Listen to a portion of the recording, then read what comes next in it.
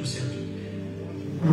Bonjour à tous et à toutes. Merci d'être là pour écouter la parole de Dieu. Amen. Amen. Allons prendre la Bible dans le livre de Genèse. Pour ceux qui sont en train de suivre avec moi le lundi, prière, délivrance et guérison, nous sommes en train de parler des destructeurs. Amen. Destructeurs. Et dans la continuité de ces enseignements que nous sommes en train de faire le lundi, nous allons parler aujourd'hui attention aux destructeurs. Faire attention aux destructeurs. Amen. Toujours faire très attention aux destructeurs. Alléluia. Amen. Mon micro siffle, hein? Et qu'on puisse régler cela. Et une personne, une grande figure, je peux dire, de ce monde, quelqu'un qui a écrit, et ces manuels sont beaucoup lus par surtout ceux qui ont des ambitions, ceux qui aiment diriger. Une personne a dit, quand tu ne te méfies pas de ton adversaire, il a déjà vaincu sur toi. Alléluia. Il faut se méfier de ton adversaire. Il faut faire attention. Ça veut dire quoi? Il faut être prudent. Prudent. Nous savons que nous avons un adversaire qui est le diable. C'est la Bible qui le décrit en tant que tel. L'adversaire, c'est celui qui nous combat. C'est celui qui ne veut pas que nous puissions avoir une relation avec Dieu. Celui qui ne veut pas que nous puissions hériter de la vie éternelle. Le but du diable, le fait qu'il a été détruit et déchu du ciel, c'est de faire en sorte à ce qu'un grand nombre puisse périr avec lui. C'est pour ça qu'il empêche aux hommes et aux femmes de croire en l'évangile de Dieu. Il nous éblouit et nous distrait avec les choses de ce monde. Il nous fait croire que Dieu nous prive des plaisirs de ce monde et qu'il fallait simplement laisser Dieu, abandonner Dieu pour courir après toutes les choses que ce monde nous propose. Alors que c'est faux. Dieu veut que nous puissions profiter des plaisirs du monde. Ça peut paraître choquant ce que je dis. Dieu veut que nous puissions profiter de ce qu'il a mis à notre disposition. Tout ce que Dieu a créé, c'est pour nous. Amen. Et le problème, c'est que Dieu veut que nous puissions le faire en respectant sa parole. Simplement. Si on respecte sa parole, on a le droit aujourd'hui de vivre sa vie pleinement, de profiter de la vie pleinement. Et c'est d'ailleurs ce que je prône ici tous les jours pour dire qu'il nous faudrait venir à un évangile équilibré, où tu peux marcher avec le Seigneur, craindre Dieu et profiter de ta vie. Voyager, aller au cinéma, aller au restaurant, bien s'habiller, faire des études, alléluia, évoluer dans la vie, être cadre, avoir un travail, investir, avoir une entreprise, etc., etc., etc., avoir une belle voiture, faire tout ce que tu veux. Dieu n'est pas contre ces choses. Passer du temps avec sa famille, passer du temps avec ses amis, ce n'est pas interdit. Alléluia. Mais dans tout ça, nous avons un adversaire et lui, il guette la moindre occasion pour nous détourner de Dieu. Bien aimé, sachez qu'une personne qui n'a pas Christ comme Seigneur, qui n'a pas Christ comme Seigneur et Sauveur et qui meurt, cette personne-là est perdue pour l'éternité. C'est la réalité. Une réalité non pas seulement pour les autres, mais même pour nous, qui prétendons prier afin que nous puissions rester dans la bonne voie pour que nous puissions garder la vie éternelle. Nous sommes en train de parler du destructeur et nous sommes en train d'exploiter cela par rapport à la vision ou les songes que Pharaon a fait et qu'il a confié, il a partagé plutôt aux sages et aux magiciens de son époque, de sa cour. Personne n'a pu donner l'interprétation jusqu'à ce qu'on fasse venir Joseph. Et c'est le récit qui nous est raconté ici dans Genèse 41 que nous allons lire. Au bout de 2 ans, Pharaon eut un songe. Voici, il se tenait près du fleuve et voici 7 vaches belles à voir et grasses de chair montèrent hors du fleuve et se mirent à paître dans la prairie. 7 autres vaches laides à voir et maigres de chair montèrent derrière elles hors du fleuve et se tinrent à leur côté sur le bord du fleuve. Les vaches laides à voir et maigres de chair mangèrent les 7 vaches belles à voir et grasses de chair. Et Pharaon s'éveilla, il se rendormit, il eut un second songe. Voici 7 épis gras et beaux montèrent sur une même tige. Et 7 épis maigres et brûlés par le vent d'Orient poussèrent après eux. Les épis maigres engloutirent les épis gras est plein. Et Pharaon s'éveilla. Voilà le songe. Le matin, Pharaon eut l'esprit agité. Il fut appelé tous les magiciens et tous les sages de l'Égypte.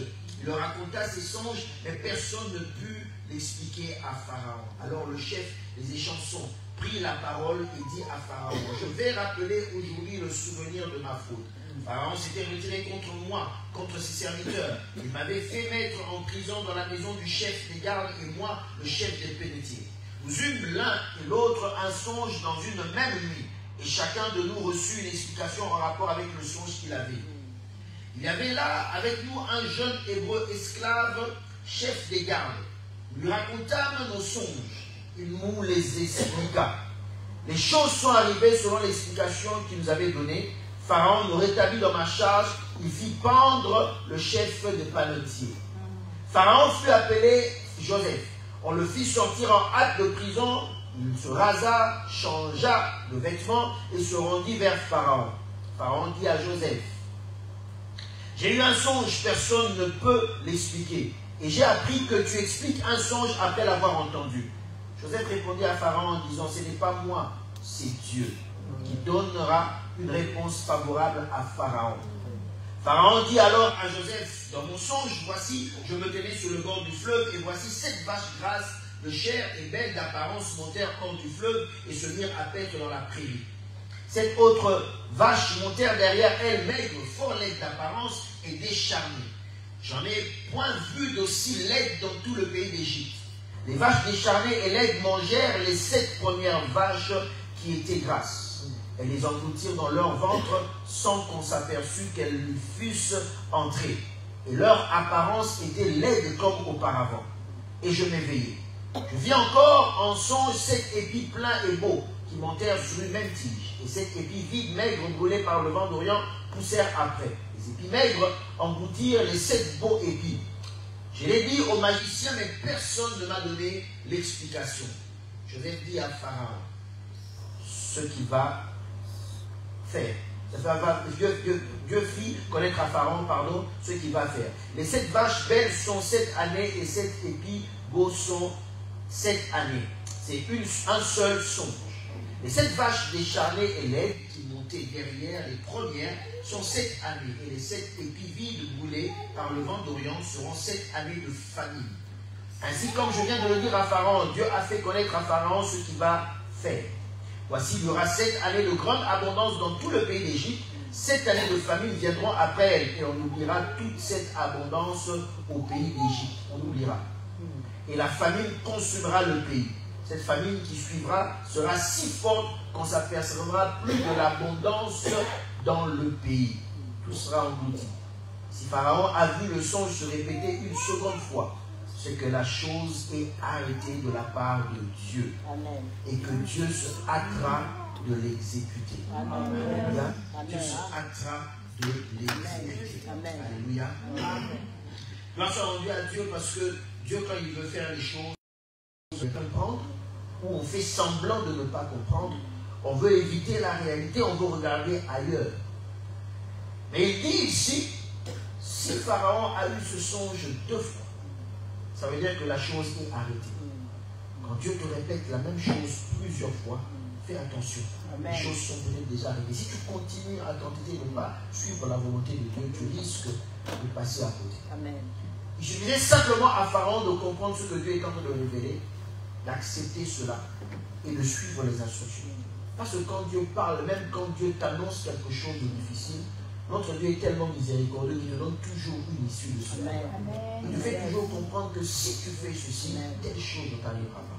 Il dit à Caïn, le péché se couche à ta porte. Et toi, domine-le. Domine, relève la tête, domine-le. Dieu ne me laisse jamais totalement abandonné. Mais quand tu ne veux pas écouter Dieu, à un moment donné, Dieu ne te donne même plus d'issue.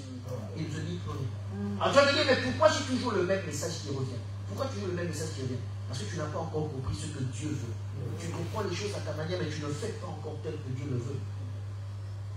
Pharaon, malgré qu'il ne croyait pas, mais dès qu'il a entendu, il aurait pu se dire, mais qu'est-ce que me raconte ce jeune hébreu? Je n'ai pas à l'écouter. Qu'est-ce qui me prouve que ce qu'il est en train de dire est vrai? Rien. Mais il a eu son cœur à comprendre ce que l'Éternel est en train de dire. Notre question aujourd'hui est de savoir, comme on dit, et Dieu est parti l'expression, quand tu es dans l'abondance, on dit c'est la période de vache grasse. Et quand tu connais des moments difficiles, c'est la période des vaches maigres. Ou là où tu commences à fuir même le téléphone parce que tu sais que c'est ton banquier qui t'appelle. Où il faut commencer à chercher même le moindre centime. C'est une période de stress, une période difficile. Et au travers, nous voulons voir autrement aussi cette vision, pour voir simplement qu'au travers ces vaches maigres, on a vu, pour ceux qui suivent l'émission avec moi, que c'était une image de quelque chose qui n'était pas normal qui devait arriver. Comment des vaches peuvent manger d'autres vaches? C'était quelque chose, un vent qui allait arriver. Le diable allait souffler un vent pour mettre une certaine difficulté dans toute la région. Les gens disent, mais où est Dieu aujourd'hui? Vous parlez de Dieu, mais si Dieu était là, pourquoi il y a des guerres et pourquoi l'homme s'est détourné de Dieu? Et c'est qui donne l'occasion au diable de créer toutes ces choses. Parce qu'il nous montre les uns contre les autres. Le diable ne viendra jamais t'apparaître dans ta chambre ou dans la rue avec comme la représentation qu'on a soi-disant du diable, avec des yeux rouges, avec des cornes, avec une queue, avec des longs poils, avec tout ça. C'est pas ça la représentation du diable. Ça c'est l'imagination collective de ce qu'on pense qu'il est. Mais le diable ne se présente jamais comme ça. La Bible même dit que le diable se déguise en ange de lumière. Et la Bible, n'oubliez pas, dit que le diable à la base, c'était un ange très beau, très merveilleux, une belle créature de Dieu. Alléluia. Une belle créature de Dieu. Donc je ne pense pas qu'il soit tel que nous le décrivons dans les livres ou bien dans notre imaginaire. Et le diable ne viendra jamais t'apparaître directement pour te tenter et te dire fais ci ou fais ça à part. Simplement on a vu Jésus-Christ où le diable lui-même est venu pour le tenter. Mais généralement le diable passe. Bien, mais si Dieu, plutôt le diable veut te détruire, il passera par un humain comme toi. Il passera par ton frère, par ta soeur. Malheureusement, ça arrive des fois dans les familles. C'est triste. Il passera des fois par tes propres parents. C'est dommage. On voit des parents aujourd'hui qui sacrifient leurs enfants. Même dans la Bible, on a vu des parents. Un roi qui a dû sacrifier son enfant à la hâte parce qu'il voulait gagner la bataille. Ce sont des choses qui se passent aujourd'hui. Les réalités. Alléluia. Il peut passer par ton collègue de travail, il peut passer par ton ami, il peut passer par ton voisin, il peut passer par un inconnu dans la rue, simplement pour te faire du mal. Tu te lèves le matin, tu sors de chez toi, recommande ta journée entre les mains de Dieu. Recommande ta journée entre les mains de Dieu, parce que tu ne sais pas. Il y a des gens qui sont animés de mauvaise foi. Tu ne lui as rien fait, il ne te connaît pas, mais il vient venger, il vient en fait déverser toute sa haine, toute sa colère sur toi. Parce qu'une femme, il a dit non, il va s'en prendre à toutes les femmes. Parce qu'on lui a refusé un travail, il va tuer les gens dans la rue. Parce qu'il va croire d'une certaine manière à un Dieu et il va l'appliquer d'une autre manière en allant tuer d'autres personnes. Parce qu'on ne s'est pas mis d'accord sur tel ou tel sujet, on va faire du mal. Pourquoi? Parce qu'on a des pulsions, on va se venger et on va tuer. Et les innocents payent. Ce sont ces vaches qui montent, qui sont laides et qui viennent pour détruire ceux qui essayent de mener une vie paisible. Ces vaches qui viennent pour simplement nous apporter la destruction, qui pour s'aimer la désolation, qui viennent en fait pour, comme on dit, entre guillemets, pour pourrir la vie des autres. Alléluia. Et les gens, des fois, même moi, ça m'arrive, quand des fois, aussi même aux informations, quand on lit, tu regardes certaines personnes, tu dis, ça, c'est devenu une plaie pour la société. Ce sont des gens qui sont devenus une peste pour la société. Des fois, tu dis, mais que faire de ce genre de personnes? Que faire de ce genre de personnes? Qui ne font que semer le trouble, qui ne font que tuer, violer. Tu dis, mais qu'est-ce qu'on peut faire d'une telle personne? Qu'est-ce qu'on peut faire? Tu te dis, mais il faut qu'on l'enferme quelque part et que plus jamais il ne ressorte. Comment on peut se lever un matin et n'avoir que pour seul but d'aller violer les enfants et de les tuer après? Comment on peut avoir une dépulsion pareille?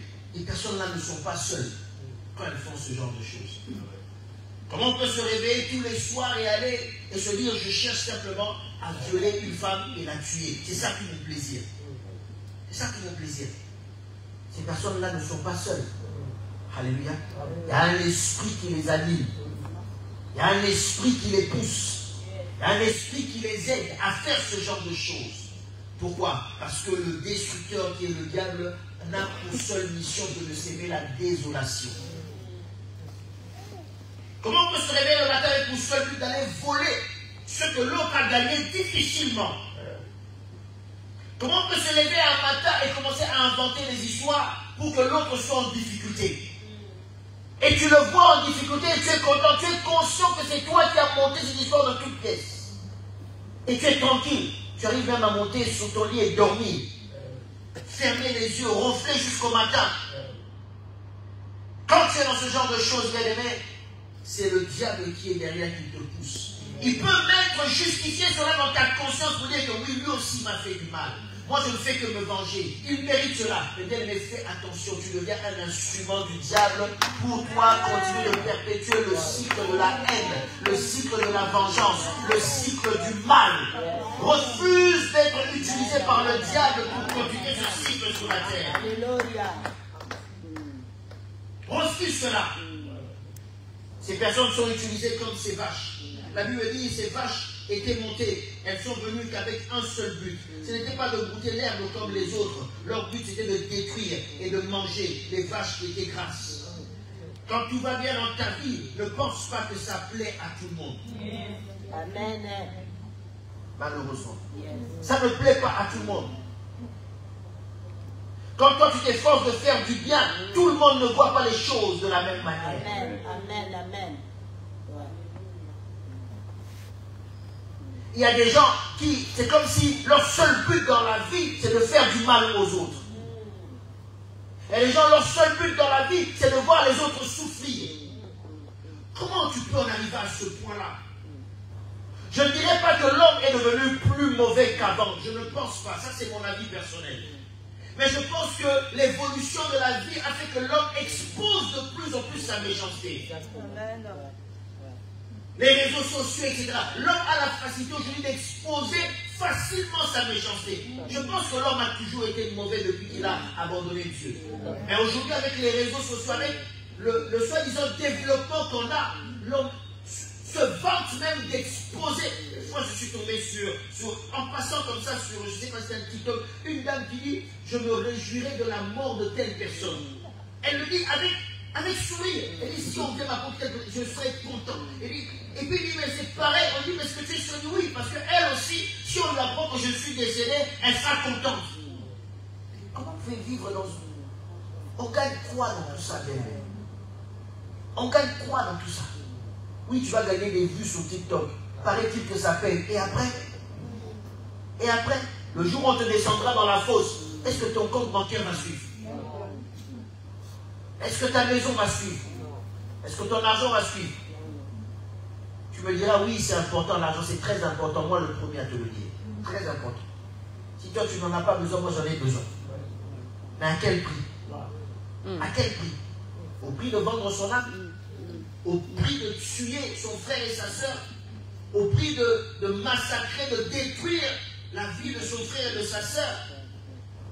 Il y a des gens qui ne veulent que ça et qui n'ont pour seul but. Ces vaches sont montées du fleuve comme les autres, mais avec un seul but, détruire les premières. Détruire les premières. Nous sommes tous sur la terre, nés d'une femme, mais il y en a, c'est comme s'ils avaient pour mission de faire du mal aux autres. Ils se réjouissent de voir les autres souffrir. J'en connaissais même qui disait, un matin quand elle se réveillait, elle disait, alors il n'y a pas de news. Et puis elle me disait, quand il y a des polémiques, ça fait du bien. C'est ça qui fait vivre le monde. Elle dit, c'est trop calme. Quand il y a des polémiques, ça fait du bien. C'est ça qui fait vivre le monde. Alors elle était capable de créer une histoire de toute pièce, rien que pour vous. Et quand c'est agité, elle dit, là, c'est là on vit maintenant. On s'est habitué à ça malheureusement. On s'est habitué à ça malheureusement. Alors qu'il y en a d'autres qui veulent vivre simplement, paisiblement. Paisiblement. Que Dieu se lève pour te défendre. de toute personne qui en veut à ta vie. Que Dieu se lève pour te défendre de toute personne qui a des mauvaises intentions. Que Dieu se lève. Que Dieu se lève. Pourquoi ça tombe? Quand je dis ça tombe seulement sur les autres, non, ça peut t'arriver, bien aimé. Il y a des gens qui sortent comme ça, ils vont se dire, lui j'ai envie de tuer, et ça va tomber au hasard. Au hasard. Si tu entends que c'est tombé sur une autre personne, ça aurait pu être toi. Peut-être que tu es passé là, quelques minutes, quelques secondes avant. Cette personne ne t'a rien fait. Pourquoi? Je ne sais pas. Et pourquoi c'est tombé sur l'autre? Je ne saurais pas. Est-ce que parce que tu es meilleur? Je ne pense pas. Je ne pense pas. Là où tu comprends le mot grâce. La grâce de Dieu. La grâce de Dieu. Le psaume 35, le psalmiste crie de la même manière. Et il crie à l'Éternel, il dit qu'il soit honteux, à partir du verset, on va prendre la première partie du verset 4. Qu'il soit honteux et confus, ceux qui en veulent à ma vie. Parce qu'il était conscient qu'il y avait des gens qui n'étaient que là que pour détruire leur vie. Fais attention aux destructeurs. Ils tournent autour de toi, ils rôdent autour de toi. Ils n'attendent que la première occasion pour te détruire. La première occasion pour médire sur toi. La première occasion pour te salir. La première occasion pour te séparer. Pour détruire ton foyer. Pour détruire tes relations entre frères et sœurs. Même avec tes parents. La première occasion pour te couler au travail. La première occasion pour faire en sorte que tu perdes tout. Comme si ce que toi tu avais, c'était leur part qu'on t'avait donné. Qu'ils soient honteux et confus, ceux qui en veulent à ma vie. Qu'ils reculent et qu'ils rougissent, ceux qui méditent ma perte. Est-ce que tu sais qu'il y a des gens, nuit et jour, qui méditent ta perte? Qui n'attendent que ça et se réjouissent. Qu'est-ce qu'elle croit? On verra qu'est-ce qui va lui arriver. Elle s'est séparée avec moi, on verra qu'est-ce que deviendra sa vie. Elle a voulu garder les enfants. Et il y en a même qui vont jusqu'à même à mourir ses propres enfants. Elle a voulu garder les enfants, on verra qu'est-ce que ces enfants vont devenir. Ils sont tes propres enfants que tu es en train de maudire. Tu maudis la personne qui a pris la garde de tes enfants. Mais tu es en train de maudire tes enfants. Même si tu n'aimes pas la personne, demande à Dieu de bénir cette personne et qu'elle prenne au moins soin de tes enfants. Après, tu n'es pas obligé d'aimer la personne. Si vous avez vos conflits d'adultes, gardez ça pour vous. Pourquoi les enfants doivent payer? Pourquoi? Il médite ta perte. Et il dit qu'il soit comme la balle emportée par le vent. Que l'ange de l'Éternel les chasse. Que l'ange de l'Éternel les chasse. Que leur route soit ténébreuse et glissante. Et que l'ange de l'Éternel les poursuive. Car sans cause, ils m'ont tendu leur filet sur une fosse. Sans cause, ils l'ont creusé pour m'ôter la vie. Que la ruine les atteigne à l'improviste.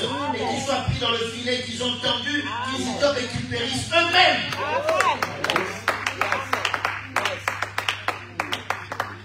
Nous ne sommes pas à l'église pour maudire les gens. Mais nous sommes là pour dire, Seigneur, garde-nous. Celui qui a creusé une fosse pour que je tombe, que cette personne elle-même tombe. Et que moi je ne tombe pas. Seigneur, délivre-moi comme tu délivres l'oiseau du filet de l'oiseleur. Seigneur, sauve-moi, prends ma défense. Que tes anges tous les matins se lèvent et marchent avec moi quand je prends les transports. Que tes anges tous les matins se lèvent et partent avec moi quand je vais au travail. Que tes anges se lèvent, marchent avec mes enfants sur le chemin de l'école. Que tes anges gardent mes parents, qui gardent mes frères et sœurs, qui gardent mes biens, qui gardent ce qui est à moi, qui gardent ma richesse, qui gardent tout, Seigneur, qui gardent cela. Pendant que toi tu es en train de travailler dur, il y a des gens qui sont très forts en informatique. Dans leur chambre avec une bouteille de soda et un paquet de chips. Ils te vident ton compte. Et ils en ont fait leur travail, leur métier. Ils ne sortent jamais, ils sont en pyjama toute la journée dans leur chambre. Donne-leur simplement un ordinateur et ils vont te faire pleurer. Alors que toi tu vas travailler, tu attends le salaire. Tu verras que ton compte est débité dans des pays où tu n'as jamais mis les pieds. Ils ne font que méditer la chute des autres. Enfin, j'ai rencontré un homme, on parlait avec lui, et puis il nous racontait comment il avait ruiné la vie d'une personne. À l'époque, il avait détourné, il avait mis en faillite un homme d'affaires, il lui avait volé des millions de francs belges à l'époque. Et il disait, je sais que cette personne-là a coulé à cause de ce que j'avais fait. À l'époque, il faisait des faux chèques. Et il a dit, il nous racontait cela. Il le disait avec regret, parce qu'à cette époque-là, je crois qu'il est toujours dans le Seigneur. Et il nous racontait comment il faisait leur mandos. Il nous racontait comment il détruisait la vie des gens. Comment il détruisait la vie. Des millions de francs belges à l'époque. Et il dit, ce pauvre entrepreneur, il s'est retrouvé par terre. Par terre. Comment tu peux mettre la vie d'une personne pareille? Alors que toi tu travailles Dieu, il y en a qui ont pour seul but de voler ton argent. Alléluia. C'est la réalité d'aujourd'hui. Mais que Dieu prenne soin de tous tes investissements. Que Dieu prenne soin de tous tes enfants. Que Dieu prenne soin de cela. On ne sait pas aujourd'hui l'état d'âme des personnes qui nous côtoient. Alléluia. Est-ce que ce sont des vaches normales ou ce sont des vaches qui viennent pour te détruire et te faire du mal? Je le sais. Mais je sais une chose, c'est qu'il y a un Dieu. Amen. Alléluia. Cette prophétie qui a avancé ce songe était non seulement pour cette époque, mais ce qui est caché à l'intérieur, c'est qu'on voit que plus tard, ça s'est retourné, même contre le peuple d'Israël, même contre les Hébreux. On voit que plus tard, qu'est-ce qui s'est passé? La Bible dit qu'ils ont prospéré. Allons dans l'Exode. Allons dans l'Exode rapidement.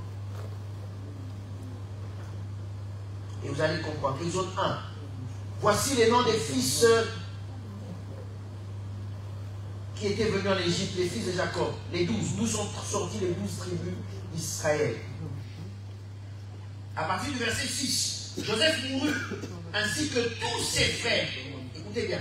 Joseph mourut ainsi que tous ses frères et toute cette génération-là.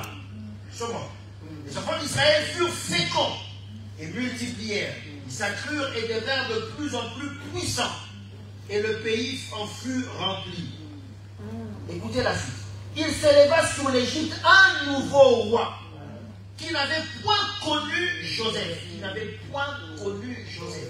Il a dit à son peuple, voici les enfants d'Israël qui forment un peuple plus nombreux et plus puissant que nous. Allons, montrons-nous habiles à son égard, empêchant qu'il ne s'accroisse, qu'il survienne une guerre, qu'il ne se joigne à nos ennemis pour nous combattre et sortir ensuite du pays.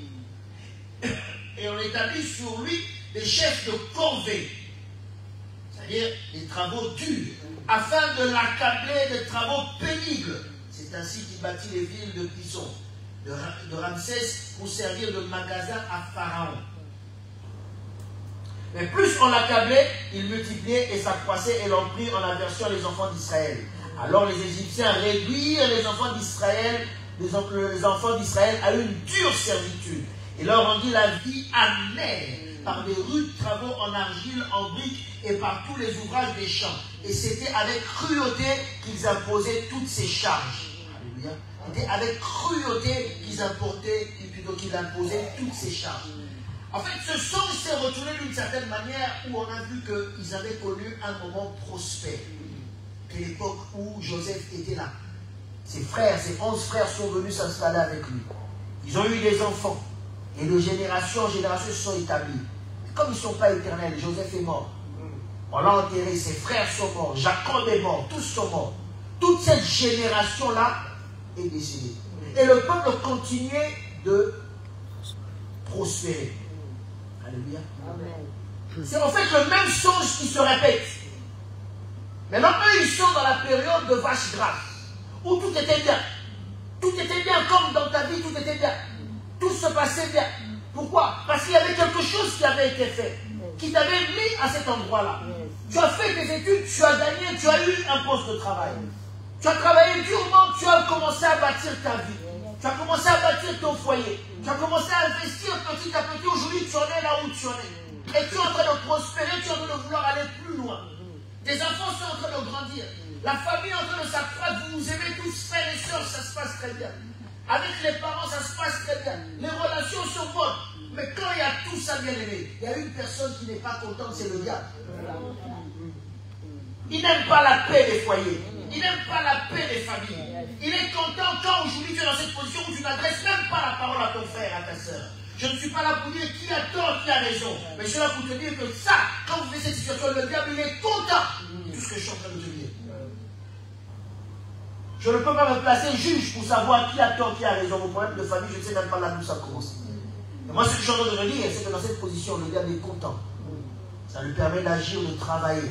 Et de continuer de vous détruire, de vous séparer, de s'aimer la haine. Alléluia. Je ne sais pas pourquoi tu t'es séparé avec ton compagnon, ta compagne, ta femme. Je ne suis pas là pour être arbitre. Je ne suis pas là pour dire qui a tort, qui a raison. Ce sera difficile pour moi de le dire. Et ce que je suis en train de dire, c'est que le diable est content quand vous êtes dans la haine. Tous les deux. Il est content. Peut-être que vous aviez raison de vous séparer, je ne sais. Peut-être que vous n'aviez pas raison, je ne sais. Et je ne peux même pas savoir. Mais le diable est content quand il y a tout ça. Quand il y a la haine. Il n'est pas content. Alors qu'est-ce qui se passe? La Bible dit que c'est en ce moment-là que les vaches maigres montent. Le diable va utiliser des personnes. Ça peut être, comme j'ai dit, ton voisin, ton frère, peu importe. Il va utiliser des personnes qui vont venir t'envahir, qui vont venir se mettre à côté de toi, pas loin, à côté de toi. Les gens que tu vas fréquenter, que tu vas voir. Et ces personnes-là, le diable va commencer à les utiliser pour détruire ton commerce, pour détruire ce que tu investis, pour détruire tes relations, pour détruire encore. Le diable sera là pour chaque fois injecter un venin, pour vous séparer, pour vous détruire, pour faire en sorte que vous soyez toujours perdants. Et c'est là où les choses vont commencer à se retourner. Et on voit que les vaches maigres vont commencer à manger les vaches grasses. La Bible dit qu'une nouvelle génération s'est levée. Et ce roi-là n'avait pas connu Joseph. Même si tu n'avais pas connu Joseph, mais l'histoire, elle était là. Est-ce que tu me comprends? Amen. Même si, mais l'histoire était là. N'avais-tu entendu que ce peuple nous avait fait du bien? Et qu'aujourd'hui, si l'Égypte avait pu passer cette famille-là, parce que ce peuple avait mis en place quelque chose qui avait été révélé par leur Dieu. Alléluia. On va dire rapidement deux choses. Il y en a beaucoup, mais on va dire rapidement deux choses. Le temps me manque. Qui va faire que le diable va utiliser des gens pour venir te détruire. Pour venir détruire ce que tu as. Alléluia. Il y a plusieurs points, mais je ne sais pas pourquoi je vais retenir deux points rapidement de toute la liste que j'ai. La première des choses, bien aimées, c'est l'ingratitude. Alléluia. L'ingratitude. La Bible dit une nouvelle génération, certes, mais l'histoire reste. Alléluia. L'histoire reste. Ce roi-là n'ignorait pas que autrefois il y avait un Hébreu qui avait sauvé son pays, qui avait sauvé son peuple. Même si tu ne l'as pas connu, la reconnaissance. Ce qui manque à beaucoup de gens. Amen. Et qui détruisent beaucoup de relations. Amen. Le manque de reconnaissance, le manque de gratitude. Et le diable entre pour commencer à vous détruire. Alléluia. Le diable entre pour commencer à vous affaiblir. Alléluia. Amen. On a vu, parlons de nos réalités propres, on a vu des personnes qui ont travaillé dur. Se disent, je suis peut-être seul, j'ai la charge de toute ma famille. Il faudrait que je fasse venir au moins mon frère, ma soeur, qui viennent, on sera au moins à deux. Quand on passera un coup de fil, on sera à deux à réunir l'argent pour pouvoir soutenir la famille. Que voilà le frère, la soeur qui vient. Mais après quelques instants, après quelques temps, quand il connaît maintenant comment prendre le métro, quand il est habitué à voir la neige tomber, quand il connaît où se trouve la tour Eiffel, quand il commence à apprendre quelques mots de français, français vulgaire d'ailleurs. Un jour, il m'a dit à la personne qui l'a fait venir, dis-moi combien tu as dépensé, je vais rembourser. Ce sont les réalités qu'on vit, n'est-ce pas? Et les deux, tu vas voir qu'ils sont complètement détruits. Le manque de reconnaissance, ça détruit beaucoup de choses.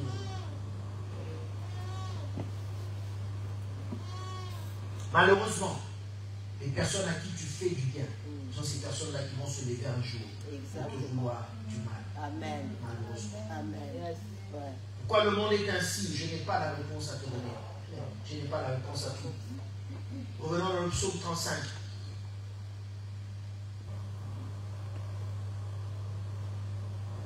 À partir du verset 12.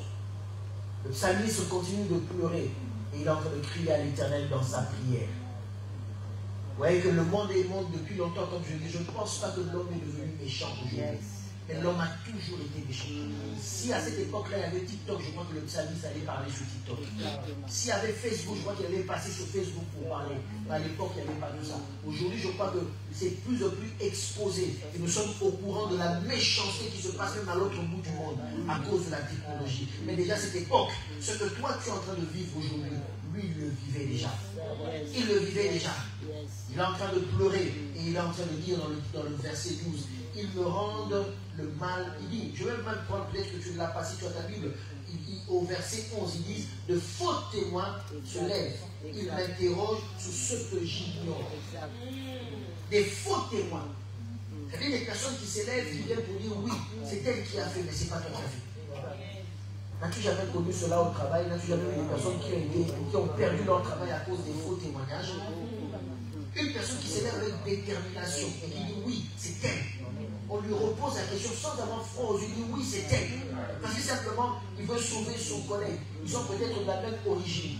Peut-être les deux s'entendent très bien. Alors comme il faut couler une personne, on se met d'accord et ça tombe sur toi. Et sans avoir froid aux yeux, ils vont témoigner. Témoigner, des fois même jusqu'au devant la justice, jusqu'au devant les prud'hommes. Ils vont témoigner sans jamais rien lâcher. Mon Dieu, tu vas dire oui, c'est telle personne.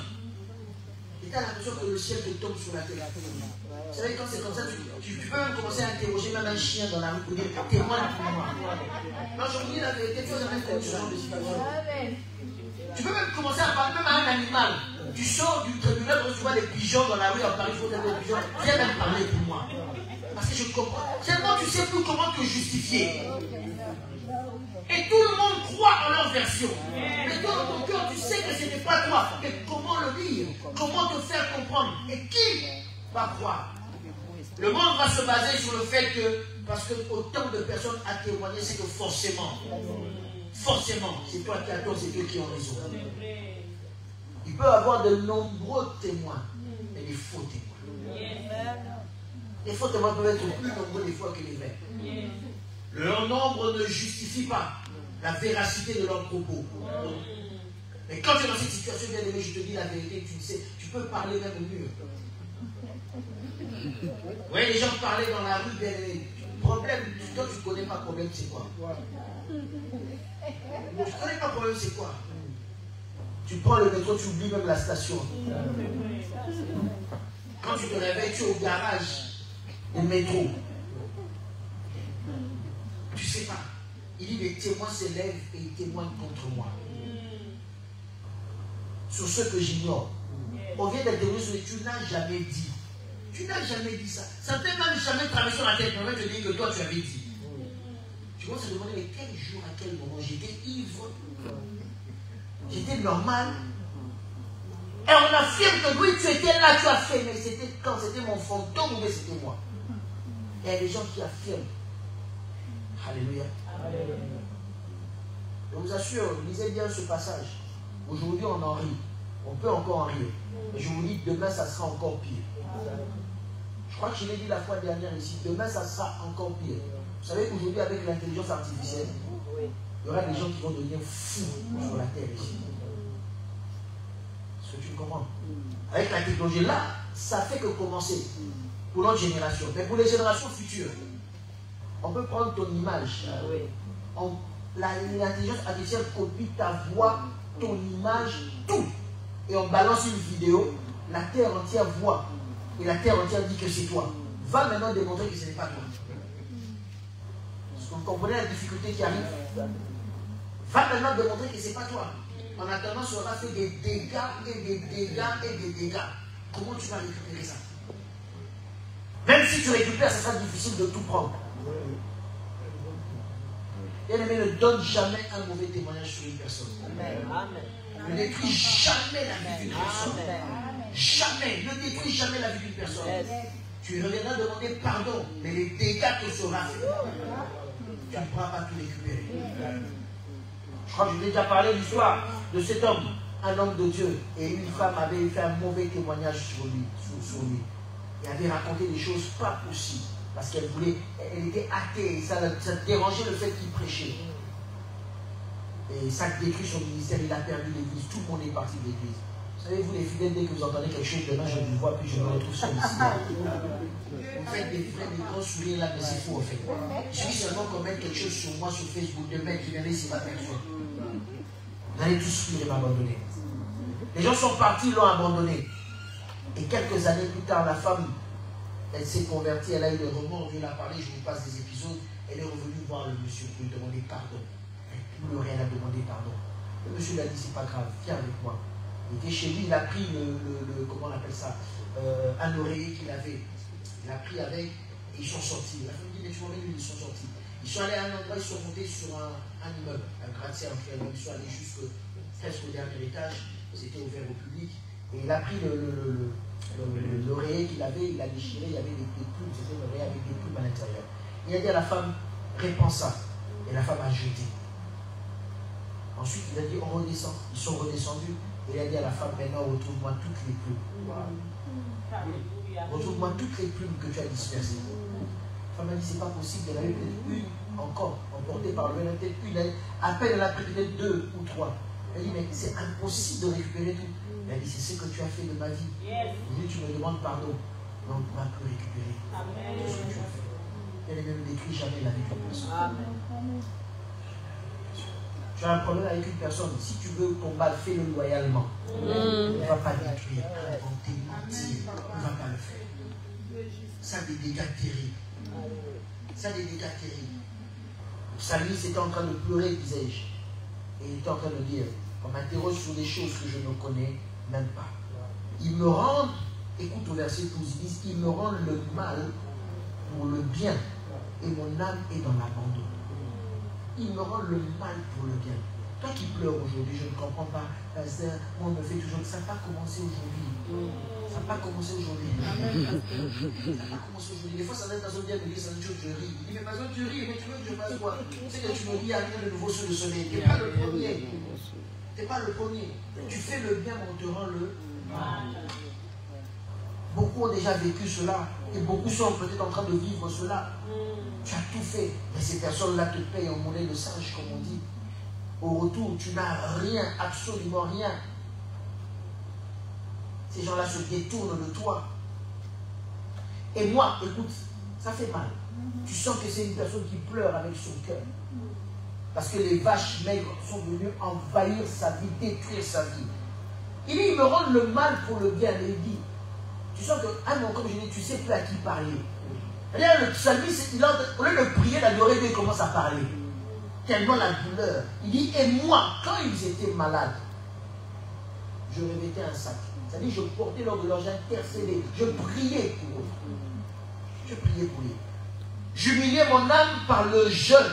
Je priais la tête penchée sur mon sein. Quand ces mêmes personnes-là étaient dans la douleur, quand ces mêmes personnes-là avaient des problèmes, je me sacrifiais. Moi, je me levais la nuit, j'allais pour l'aider. Moi, j'allais même emprunter de l'argent. J'acceptais même d'être à découvert pour l'aider. Moi, je préparais, j'allais lui apporter à manger. Moi, je prenais mes habits, je lui donnais. Moi, je lui avais donné mes papiers pour qu'il aille travailler avec. Moi, je lui donnais ci, je lui donnais ça. Moi, j'étais tout le temps là pour l'aider. Moi, j'étais là pour faire le ménage. Moi, j'étais là pour l'accompagner le jour où elle allait à l'hôpital, où elle allait accoucher. Moi, j'étais là pour garder ses enfants quand elle était en difficulté. Moi, j'étais là pour, et ainsi de suite. Et quand tout cela remonte dans ton cœur, tu dis, Seigneur, même quand c'est pas j'étais en difficulté, moi, je priais. Alléluia. Amen. Je priais. Amen. D'ailleurs, que des fois, Dieu te demande même de prier pour des personnes, tu n'as rien à voir. Dieu te dit, telle personne est à tel endroit, mais toi, reste en prière. Des fois même le cœur serré, là tu obéis à Dieu, tu pries.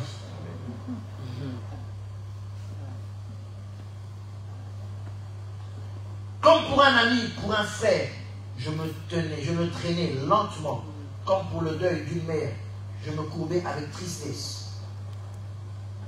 Mais aujourd'hui, ces mêmes personnes, il dit, puis, comme moi, je chancelle, eux, ils se réjouissent. Ils s'assemblent. Ils s'assemblent à mon insu pour m'outrager.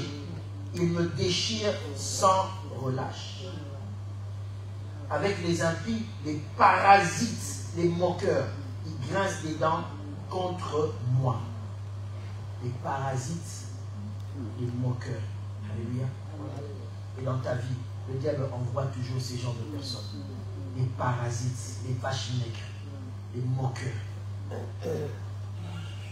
Quand tu vois ces personnes, dis-toi, elles n'ont aucune valeur aux yeux de Dieu.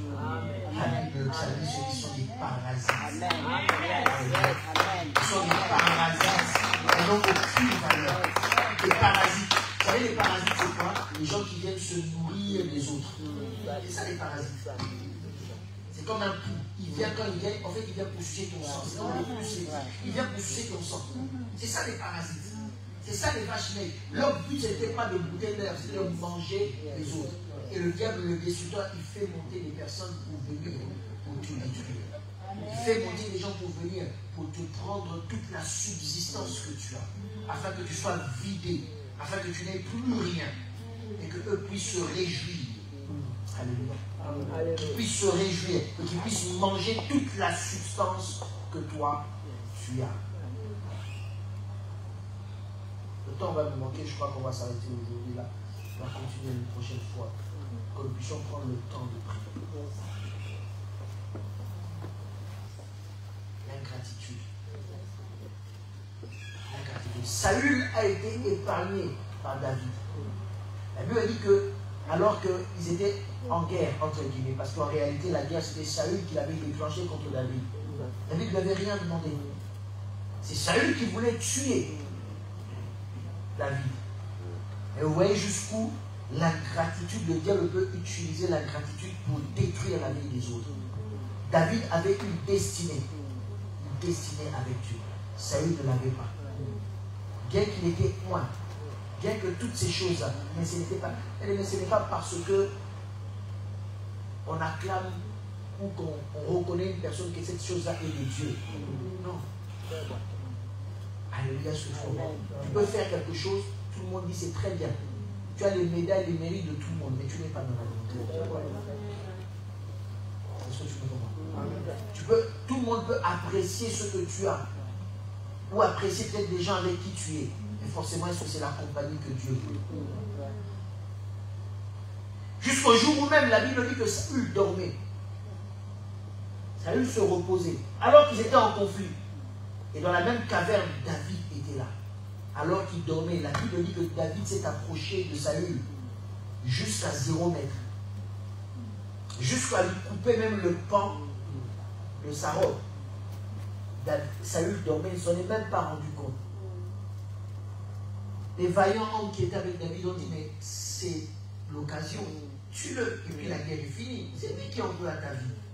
Ils lui ont même dit, Dieu l'a livré entre tes mains. Toute opportunité ne vient pas de Dieu. Amen. Est-ce que tu comprends? Les choses sont à présenter dans la vie comme une opportunité. Les choses qui sont présentées à nous dans la vie comme une opportunité. On est à la tête baissée. Est-ce que c'était la volonté de Dieu? Est-ce que tu me comprends? Toi tu dis c'est une opportunité. Est-ce que c'est la volonté de Dieu? Cette chose peut t'apporter aussi beaucoup de bonnes choses. Répondre à tous tes besoins. Alléluia. Mais ce même là, quand il s'est réveillé, David allait le voir pour lui dire, j'avais l'occasion de te tuer, regarde. Il lui dit, oui, je comprends vraiment que Dieu est avec toi. Je comprends vraiment que toi, Dieu t'a prédestiné. Tu es vraiment quelqu'un de bien. Quelque temps après, le même Saül continue à vouloir tuer encore David. Saül a oublié que le David que tu veux tuer, et c'est le même David qui, quand tu es tourmenté par les démons, il venait avec sa harpe, il chantait, tu étais apaisé. C'est à cause de ça que tu peux être reconnaissant. Pendant ce temps-là, s'il voulait te tuer, il aurait pu le faire. L'ingratitude. Il a oublié qu'il le soulageait de ses démons. Le manque de reconnaissance. Ce même Saül s'est levé. Sa seule détermination, c'était tuer David. Il ne pouvait pas être reconnaissant. Et le diable l'a utilisé pour poursuivre David. Mais la fin, on la connaît. Alléluia. La fin, on la connaît. C'est que Dieu s'est levé. Ce n'est jamais David qui a tué Saül. Saül est mort par sa propre erreur, par sa propre bêtise. J'aimerais que nous puissions prier afin que, quand le destructeur vient au milieu de nous, au travers toutes ces personnes qui nous environnent, pour nous détruire la vie, pour détruire ce que nous avons. Notre seul secours, c'est Dieu. Alléluia. Notre seul secours, c'est Dieu. Nous allons nous lever, nous allons prier. Nous allons nous recommander entre les mains du Seigneur. Tu vas recommander ta vie entre les mains du Seigneur. Nous ne savons pas qui nous environne. Mais nous savons qu'il y a un Dieu qui est avec nous. Comment tu peux recommander tes enfants quand tu les laisses partir seuls à l'école? Comment tu peux les recommander quand ils sont à l'école? Comment tu peux te recommander toi-même quand tu sors le matin, quand tu vas faire tes courses, quand tu vas au travail? Comment tu peux sécuriser tes biens? Comment tu peux tout sécuriser? Si ce n'est Dieu qui protège, si ce n'est Dieu qui garde, la Bible dit ceux qui veillent sur la ville veillent en vain.